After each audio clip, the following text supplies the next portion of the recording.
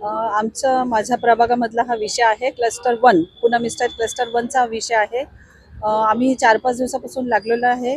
Mayor असू दे, deputy mayor असू दे, आमचे अतिरिक्त आयुक्त असे सगळ्यांकडे आम्ही लेटर दिलेलं आहे आणि आज आम्ही सगळे पोलीस स्टेशनला याच्यासाठी आलेलो आहे की तिथे जी इलिगल बांधलेलं आहे, शेड बांधलेली आहे, ती काढायला सांगावं असं आम्ही इथे नमूद करायला आलेलो आहे।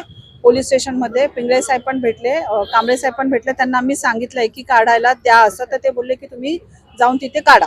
म्हणजे ते प्रशासनाला आता तिथे प्रशासनाच्या त्या आतमध्ये मते येणार नाही, त्यांनी बोलले की तुम्ही ते काढू शकता अशा पद्धतीने। कारण तिथे कमीत कमी ना आता 40 बकरे तिथे बांधलेले आहेत आणि मला नाही वाटत की हे लीगल आहे, हे इलिगल आहे। आणि अशा परिस्थितीमध्ये आपले जे दुसरे बांधव आहेत, हिंदू बांधव आहेत, त्यांना तिथे भरपूर त्रास होतोय, मुलांना त्रास होतोय, त्यांना बघायला बरोबर वाटत नाहीये, तिथे दुर्गंधी पसरलेली आहे, तिथे घाण पसरलेली आहे। त्याच्यामुळे हिंदू बांधवांना श्वसनाचा म्हणा किंवा अजून पण त्यांना आजार होत आहे, तर त्यांची सगळ्यांची खूप नाराजगी त्यांनी व्यक्त केलेली आहे आणि तीव्र संताप व्यक्त केलेला आहे।